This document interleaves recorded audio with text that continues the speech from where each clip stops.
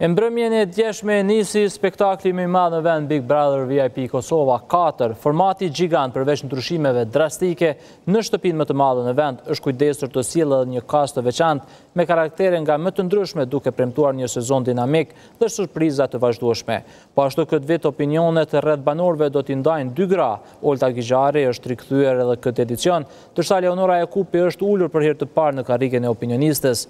Risi tjetër këtë vit kishte edhe brenda shtëpisë. Për herë të parë, ajo do të jetë dykatëshe me dhoma gjumi edhe në katin e sipërm, duke bërë kështu edhe më të veçantë se më parë.